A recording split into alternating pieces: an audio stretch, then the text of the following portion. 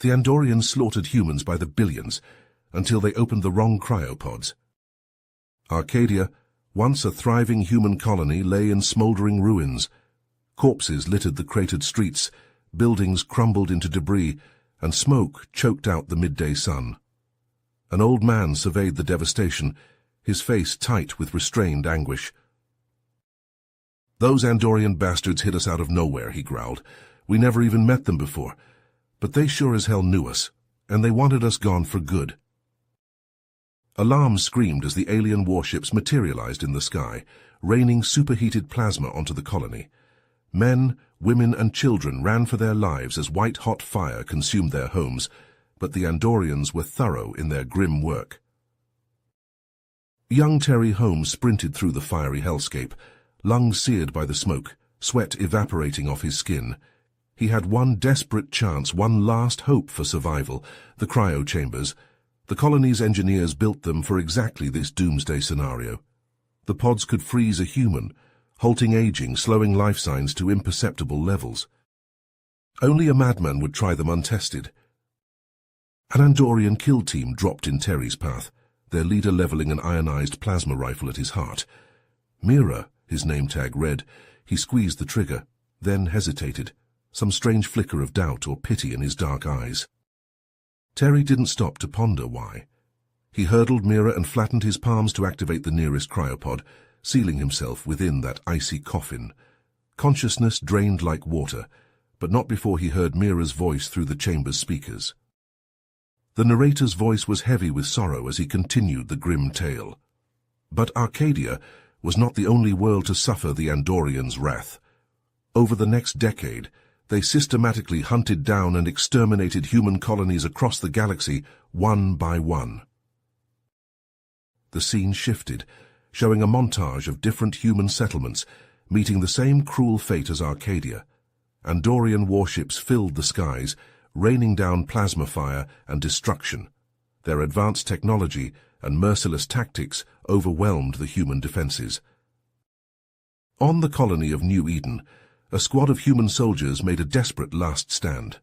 Outnumbered and outgunned, they fought to the last man, buying precious time for civilians to evacuate to hidden bunkers. Plasma bolts sizzled through the air, vaporizing the brave defenders where they stood. On the mining world of Helios Prime, a mother huddled in a secret underground shelter with her 2 young children. She held them close, praying the Andorians wouldn't find them. The sound of heavy footsteps and guttural alien voices drew nearer.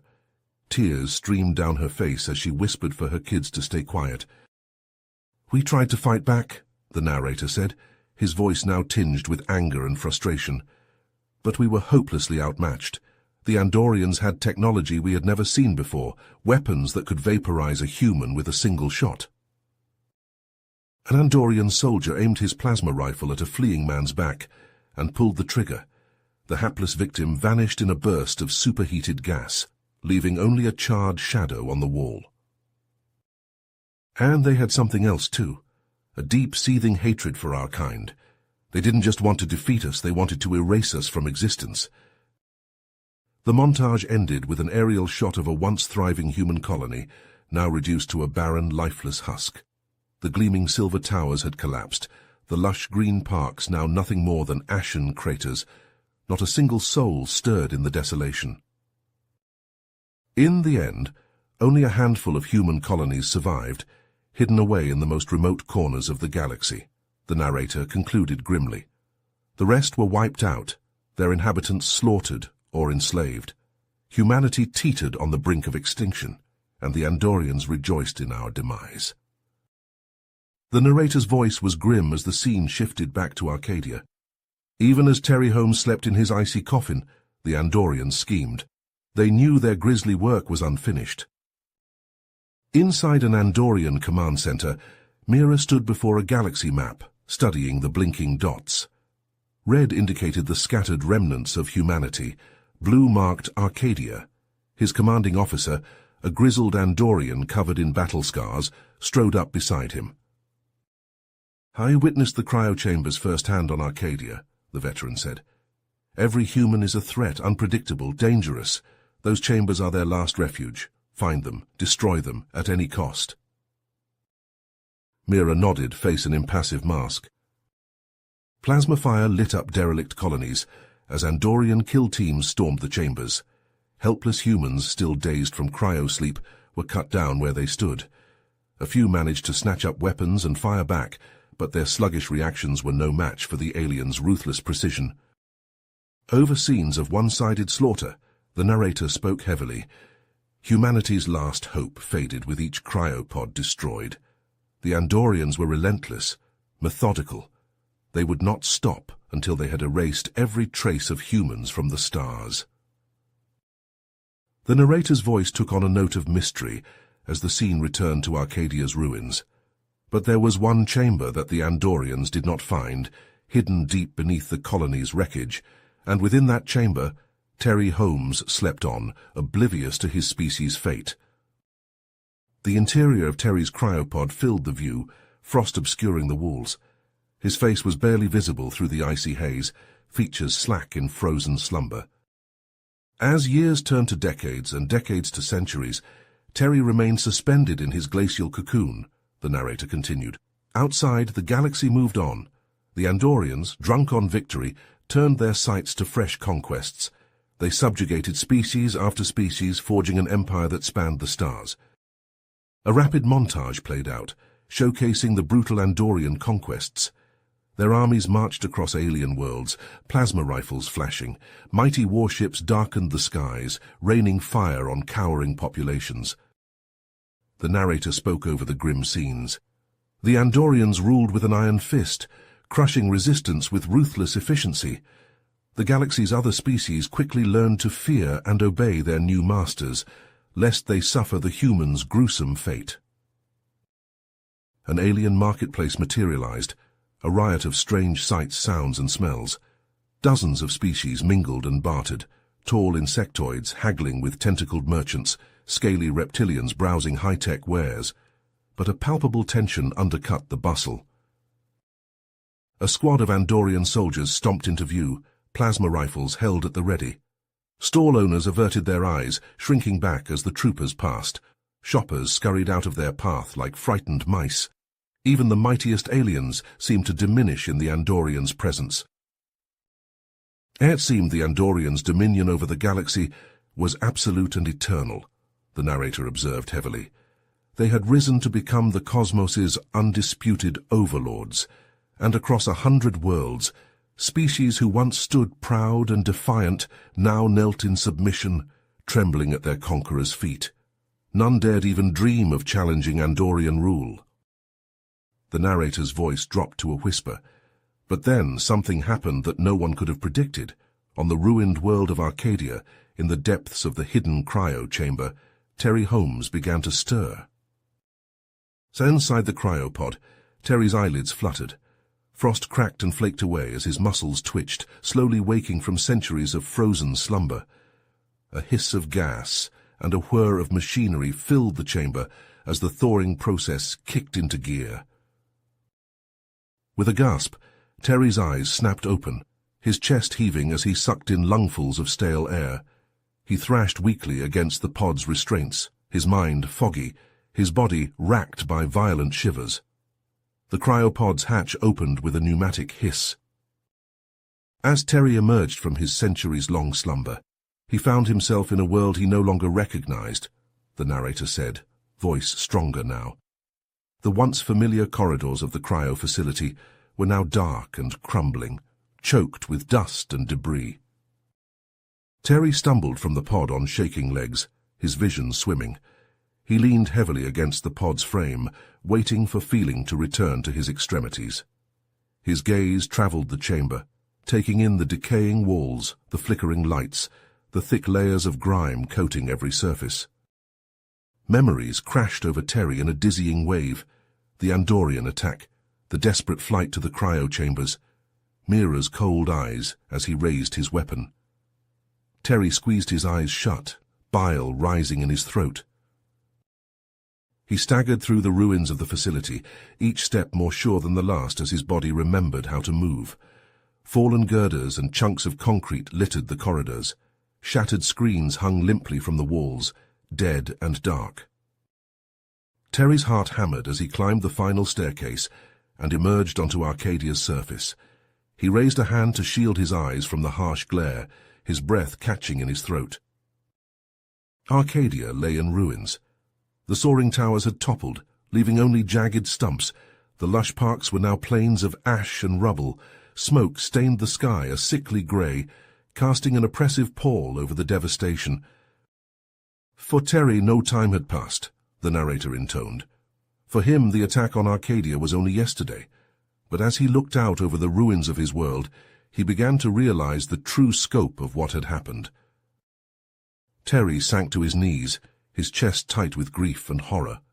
Tears carved tracks through the grime on his face as he surveyed the wasteland that had once been his home. The full weight of the Andorians' brutality crashed over him, stealing his breath. A glint of metal on the horizon wrenched Terry from his anguish. He staggered to his feet, squinting against the sun. A squad of figures marched toward the ruins, their armor catching the light. Andorians. They are part of a routine patrol, sent to ensure that no human survivors have emerged from hiding, the narrator explained, his tone ominous. The Andorians had never forgotten about Arcadia, or the rumors of the hidden cryo chambers. They had vowed to maintain their watch over the planet for as long as it took to ensure that humanity was truly extinct. Terry's blood ran cold as the implications sank in. The Andorians were here, they were coming for him. If they found him, he would suffer the same fate as the rest of his species. He had only moments to act. Spinning on his heel, Terry plunged into the maze of rubble and debris, his heart pounding. The sound of Andorian plasma fire crackled behind him as he ran, the heat of the blasts singeing his back. Terry didn't look back. He couldn't afford to. He could only run deeper into the ruins of Arcadia as the echoes of Andorian pursuit faded behind him. The narrator's voice grew tense as Terry raced through the ruins, Andorian plasma fire sizzling at his heels. Terry's lungs burned, his heart pounding like a war drum as he sprinted through the rubble. The Andorians were relentless, their heavy footfalls and guttural shouts echoing behind him. Terry dove into a half-collapsed building, gasping for breath. He scanned the debris frantically, searching for anything he could use as a weapon. The narrator spoke, urgency underscoring his words. Terry knew he couldn't run forever. Sooner or later the Andorians would catch him, and when they did, he let the grim implication hang. Terry's gaze fell on a mound of rubble in the corner. Something about it seemed off, deliberate. He scrambled over and began to dig, tossing aside chunks of concrete and twisted metal. There, hidden beneath the debris, was a cache of weapons, the narrator revealed, a flicker of hope in his voice. Plasma rifles, grenades, even a few blocks of military-grade explosives. The colony's defenders had hidden them here, a last, desperate contingency. With shaking hands, Terry armed himself, slinging a rifle over his shoulder and clipping grenades to his belt. The narrator's voice swelled with grim determination. Terry may have been the last human left in the universe, but if this was to be his end, he would face it on his feet, with a weapon in his hands. Plasma fire shrieked overhead as Terry emerged from the building. He dove behind a crumbling wall, his rifle snapping up to aim at the approaching Andorians. The narrator painted the scene in terse, vivid strokes. The aliens moved cautiously, their weapons probing the ruins. They had expected to find a frightened, helpless human. Instead, they found a soldier, forged in the crucible of their own cruelty. Terry sighted down his rifle at the lead Andorian. The alien's eyes widened in shock as it realized its mistake. Terry squeezed the trigger. The plasma bolt hit the Andorian dead center, vaporizing its chest in a burst of superheated gas. It crumpled, its rifle clattering to the ground. For a heartbeat, the other Andorians froze, staring at their fallen leader, the narrator said. Then, with a roar of fury, they opened fire. Plasma bolts filled the air, sizzling past Terry's cover in a lethal web. He ducked, rolled, came up firing. 2 more Andorians went down, their bodies smoking. But there were too many. For every soldier Terry killed, 2 more seemed to take its place. He was running out of ammunition, running out of time. The narrator's voice rose to a fever pitch. Terry knew he couldn't win this fight, But even as the Andorians closed in, he felt a wild surge of exultation. For the first time in centuries, a human had struck back against the alien oppressors. He had reminded them that even a single human could be dangerous, could be a threat. With a final defiant yell, Terry unclipped one of his grenades and hurled it at the advancing Andorians. The explosion sent them diving for cover, buying him precious seconds.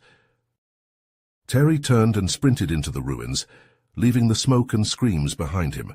He didn't know where he was going, only that he had to keep moving, had to stay one step ahead of the aliens. The narrator's voice was grave, as Terry raced deeper into the ruins, the thunder of Andorian boots echoing behind him.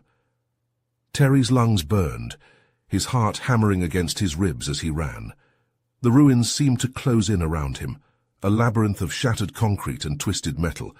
He knew he was only delaying the inevitable. The Andorians were relentless, and they would never stop hunting him. Not until he was dead, like the rest of his kind. Terry skidded around a corner and froze, his eyes widening. The narrator's voice filled with wonder. There, nestled among the rubble, was a sight that Terry had never dared to hope for. An ancient human spacecraft, its hull battered and scorched, but intact. It was a relic from a lost age, a time when humanity had reached for the stars with both hands. Terry approached the ship cautiously, hardly daring to believe it was real. He ran his hands over the pitted metal, marveling at the workmanship. The narrator spoke, awe threading through his words. Terry had grown up on stories of the great ships that had carried humanity to the stars, but he had never dreamed that one might still exist, here, on the ruins of his homeworld. A plasma bolt sizzled past Terry's ear, jolting him back to the present. He whirled to see Andorian soldiers pouring into the clearing, their weapons raised. Terry didn't hesitate. He sprinted for the ship, his feet pounding on the cracked pavement. The ship's hatch was stuck, the mechanisms corroded by centuries of neglect, the narrator said, urgency rising in his voice. But Terry was an engineer, and he had always been good with his hands. Terry pried at the hatch, his fingers bleeding as he worked. Plasma bolts stitched the ground around him, the Andorians closing in. With a final, desperate heave, the hatch groaned open. Terry flung himself inside, slamming the hatch shut behind him. The ship's interior was dark, the air stale and thick with dust, the narrator described. But to Terry it was the most beautiful sight he had ever seen. He threw himself into the pilot's seat, his hands flying over the unfamiliar controls. The ship's systems were ancient, the technology clunky and outdated, but slowly, miraculously, they began to flicker to life. Outside, the Andorians had reached the ship. They pounded on the hull, shouting for Terry to surrender. The narrator's voice rose with excitement. Terry's heart soared as the engines coughed, sputtered, and then roared to life. The ship shuddered as centuries of dust and grime were blasted away, the viewports clearing to reveal the ruins of Arcadia beyond. Terry's hands closed around the controls, a fierce grin splitting his face. The Andorians fell back, shielding their eyes as the ship's thrusters flared with blinding light. The narrator shouted to be heard over the roar of the engines. With a thunderous blast, the ship lifted from the rubble, the Andorians scattering before it like leaves in a hurricane. Terry felt the weight of gravity fall away as the ship clawed for the sky, leaving the ruins of Arcadia behind. The ship punched through the clouds, the blue curve of the planet falling away beneath it. Terry sagged back in his seat, his heart racing. He had done it. He had escaped. But even as relief washed over him, he knew that his fight was far from over. As the ship hurtled into the void, Terry's mind raced with possibilities, the narrator said, his voice thoughtful. He was the last human awake, the sole survivor of his species. He knew he couldn't take on the Andorian Empire alone. But maybe, just maybe, there was still hope. Terry's fingers danced over the controls, plotting a course deeper into unexplored space. The narrator's voice rose with determination. Somewhere out there, hidden away on forgotten worlds, were other cryo chambers like the one that had saved him, and within those chambers the last of humanity slept, waiting to be awakened. Terry's jaw set as the stars blurred past the viewports. He didn't know how and he didn't know when, but he swore to himself that he would find a way to wake his people, to lead them in a fight for survival against the Andorian scourge. The narrator's voice swelled with anticipation as the ship vanished into the depths of space. And so Terry Holmes, the last human soldier, ventured into the unknown, carrying the fate of his species in his hands. He had been given a second chance, a glimmer of hope in an uncaring universe, and he would not let that hope fade without a fight. The narrator's voice was tinged with admiration as Terry piloted the ancient spacecraft through the starry void. Terry flew for days, putting countless light years between himself and the ruins of Arcadia. He knew the Andorians would be hot on his heels, scouring the galaxy for any trace of the last human survivor. Capture would mean a quick death, if he was lucky.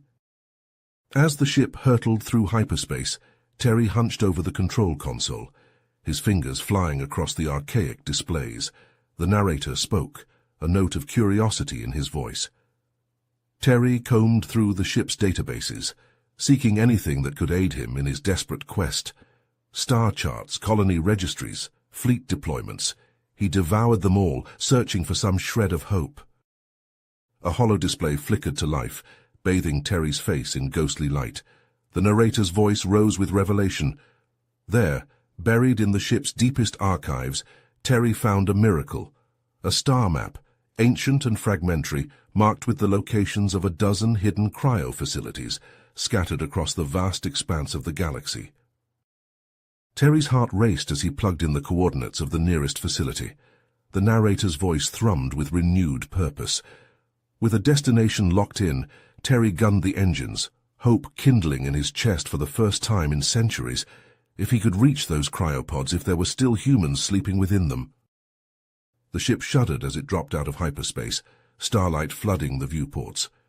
The narrator's voice grew tense as a small, pockmarked moon appeared ahead. Terry's hands clenched on the controls as the cryo facility came into view.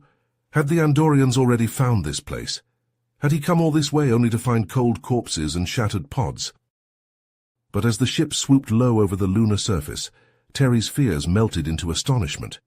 The narrator spoke, wonder filling his voice. The cryo facility stood intact, its reinforced doors still sealed, its reactor still pulsing with power. Against all odds, this hidden outpost had endured the long centuries, untouched by Andorian wrath. With exquisite care, Terry docked the ship and cycled the airlock. The narrator described the scene as Terry stepped into the facility's hushed interior. Dust swirled around Terry's boots as he moved down the long, dormant corridors, the only sound the hum of ancient machinery and the rasp of his own breath in his helmet.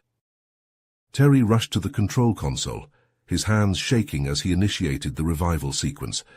The narrator spoke, his voice tight with anticipation. One by one, the cryopods hissed open, disgorging clouds of vapor into the frigid air. Figures stirred within, coughing and shivering as they clawed their way back to consciousness. A woman stumbled from her pod, her eyes wide and haunted. She stared at Terry as if he were a ghost. The narrator relayed her words. What happened? The last thing I remember, the Andorians were attacking. How long were we out? Terry's voice was rough with emotion as he replied, "Centuries, we're all that's left." As the other survivors emerged, huddling together in shock and confusion, Terry felt a swell of bittersweet joy. The narrator spoke, a smile in his voice. They were no longer alone, no longer the last of their kind. In this forgotten corner of the universe, the embers of humanity still glowed. Terry squared his shoulders, facing his fellow survivors with fire in his eyes. The narrator conveyed his words, each one ringing with conviction. The Andorians think they've won.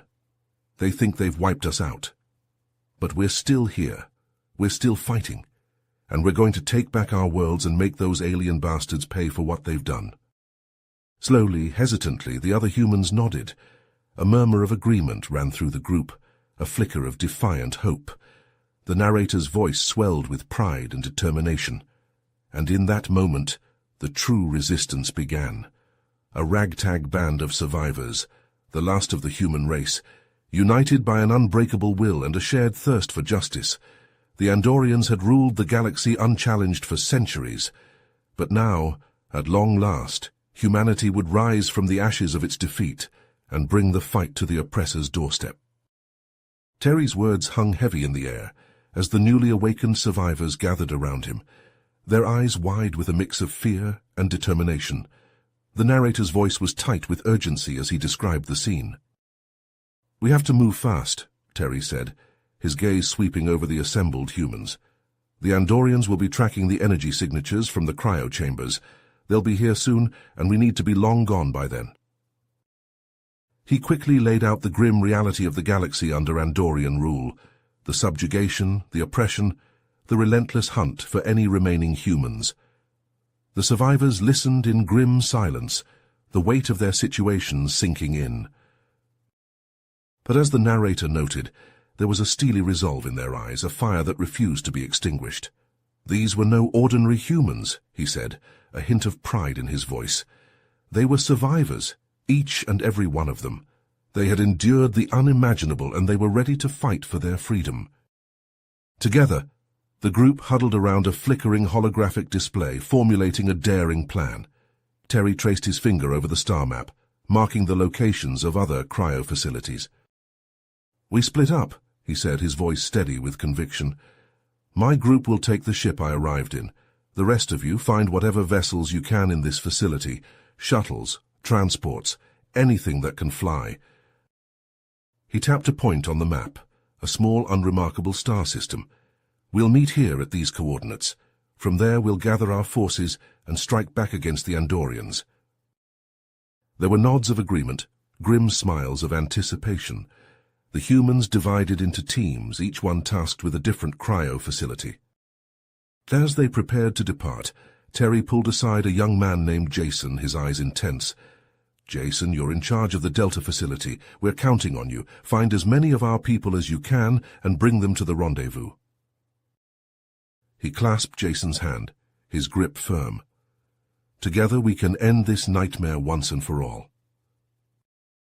Jason returned the grip, his jaw set with determination. "We won't let you down, Terry. We'll be there no matter what." With final farewells and wishes of luck, the group split up, each heading for their assigned ships. Terry settled into the pilot's seat of the ancient vessel, his crew arrayed behind him. He took a deep breath, his hands resting on the controls. The narrator's voice was filled with anticipation as the ships powered up, their engines humming to life. And so, the last remnants of humanity set out into the void once more, no longer mere survivors, but warriors on a mission.